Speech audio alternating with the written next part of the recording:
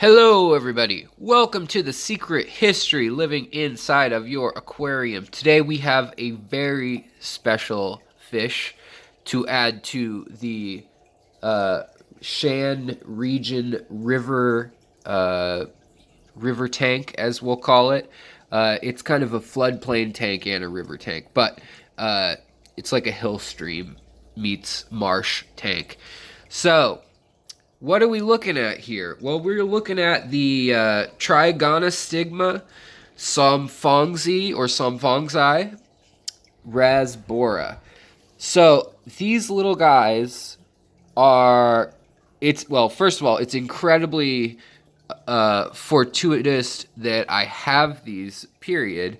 And the reason I have these in my possession is because they came in on a shipment to my local fish store.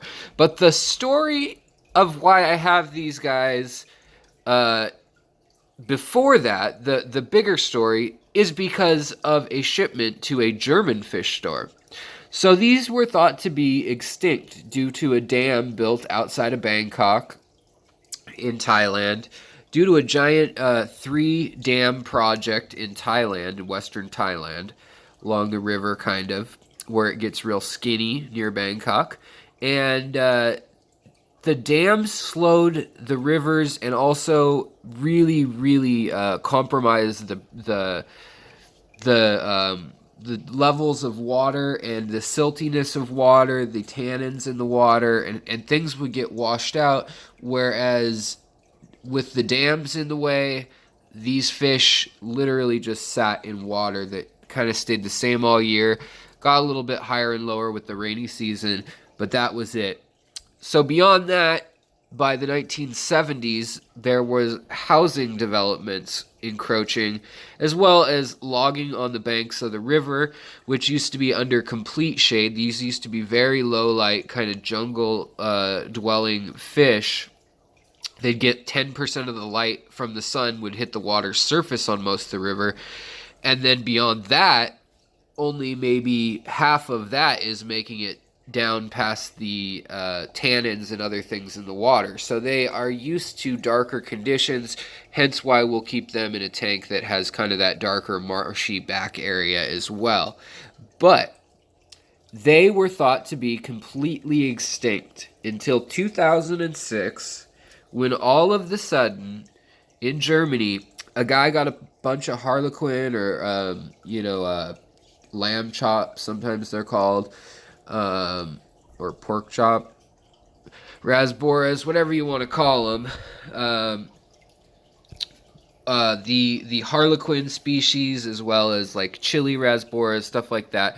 So he got a species of marked from Thailand, and in it were 3 fish that didn't look like the other fish that came in this mixed bag, like harlequin cyprind based grouping of fish.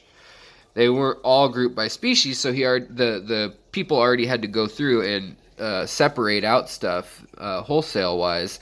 And in 2006, they found 3 individuals as bycatch. Just accidentally, these individuals had been caught, and it was labeled as Thailand. So immediately they called and said, these guys, no one's seen them in 12 years. 12 years, last time they were seen in the wild.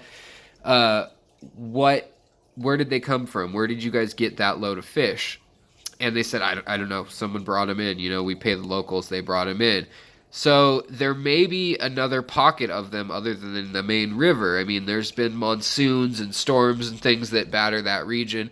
It wouldn't be unheard of for a flood to have carried some of them into another basin, or maybe even, cyclone or some sort of weather, like a water spout or something could have picked them up.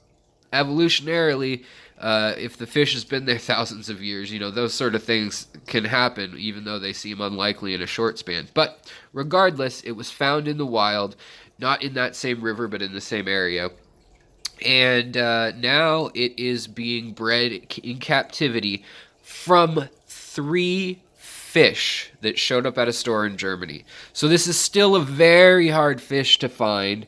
I was at Aquarium Zen, and Steve Waldron, who works there at Aquarium Zen, who owns the store, he's a nerd. Just gonna call him out. Sorry, Steve. I'm a nerd also, but he is a writer and editor for Amazonas magazine at times, and he is a just nerd about fish. He likes aquascaping, and so he likes these little gentle fish, nano fish, as do I. Now, he got these in, and most people probably would have seen these in the catalog and thought, oh, that's boring. What is it, a little black stripe on a silver fish? Well, these actually have kind of a pink salmony peach color, and they get sparkly as they get older. These are very young, these ones. And so I'm really excited to have them in my Hillstream tank. The Hillstream tank, by the way, you've got the panda loaches, the multi-banded loaches. We're going to have some rummy nose Rasboras, the orange ones. And basically this tank, Panda, Gara, and he'll go into a bigger tank when he gets bigger, but he's eating algae for now. And same with some of the other things in here. The blue axelrod eye Rasbora, the CPDs and the erythromicrons that you can see swimming around, celestial pearl danios. So these are all fish from the Shan region, and other than the guppy that's in there and the Aru2s babies that are in here. These are from off of Papua New Guinea in the Aru Islands, and guppies are from Venezuela. So, all right, guys, this tank will be the home, and hopefully I tried to get some males and females, and hopefully this will now be where they can grow out, be adults, and then I'll take them out of here. And it was luck, it was fortuitous that the man who got a hold of these 3 survivors ended up being able to breed them. He tried to breed them like you would breed other Rasboras. Germany is a hub, a wealth of knowledge, and a hub for trading in these exotic fish. It's actually a German named Mencken, Meinken, who discovered the fish in 1958. Anyways, I'm sure the locals might have something to say about, oh yeah, you discovered this fish that we've lived next to for 20,000 years or whatever. But in any case, to the Western world, that's when it was discovered. And it's just a really pretty fish that's very delicate. You have to, just like a lot of the fish in here, it's not a showstopper when you look at it from afar. Everyone but this guppy, basically, in this tank, it's about subtlety.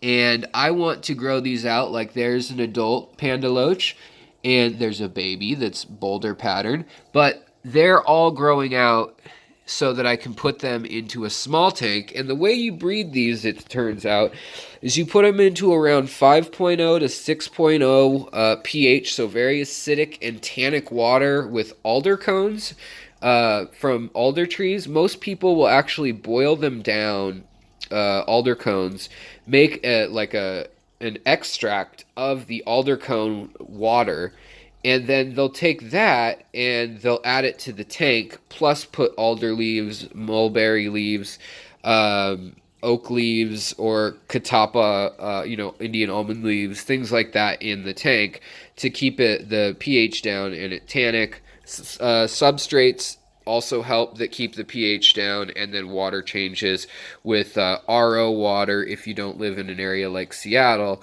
But I have water that is low TDS. These fish, they don't require super special conditions compared to most little tropical community fish, and they would be fitting for a community.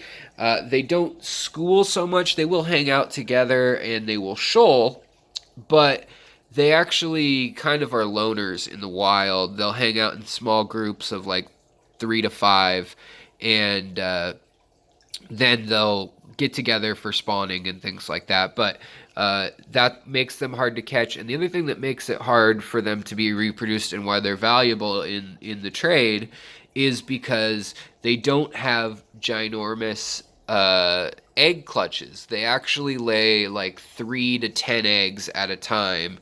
and they just do it sporadically. And unlike every other cyprinid and Rasbora, they basically will adhere their sticky eggs to the underside of leaves and things like that. So they are egg scatterers kind of, but they also will strategically place the eggs in places that are more hidden, and rather than letting them fall where they will helter skelter.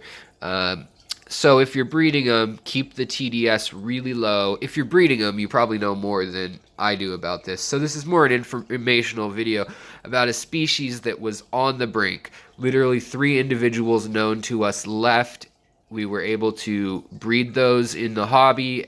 This is one of the many things that is awesome about the fish family community, be it overseas and in a scientific environment, in a lab or something, or be it home hobbyists. We've saved a lot of species that would otherwise be completely decimated.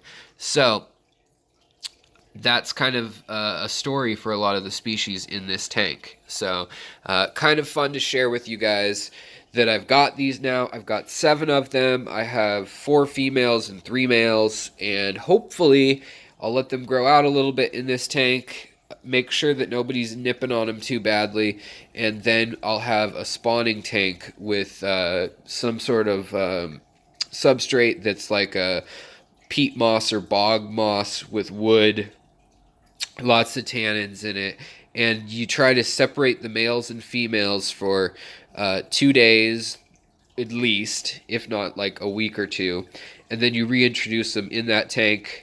Remove them within a day or 2 of being in the tank. Don't feed them in the tank. Pull them out.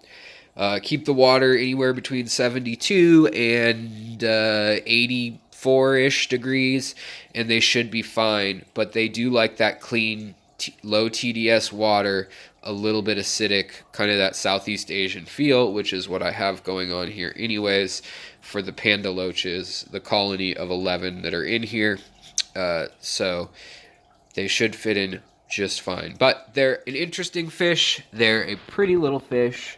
And as they grow, I'll keep you updated. I'm sure you'll see them in this tank again. And they've kind of got a unique layered metallic look and a peach coloration that's just pretty phenomenal. It doesn't show up as well on the camera, but it also has an iridescent kind of green color to it, which is interesting, like a turquoise. So I'm going to get these guys out of the bag, into the tank. I'm turning German. And I'll talk to you guys later. Hope you enjoyed this little video. If you did, like, subscribe, click the bell icon to alert you of new things, like maybe some boosts that we're going to talk about soon. And other than that, if you really want to help out the channel, maybe help me get some better camera gear, that would be awesome. And the way to do that is through Patreon. That's my main source of funding at the moment. So thank you so much for watching. Take care of yourselves, your tanks, and have a great night. Bye!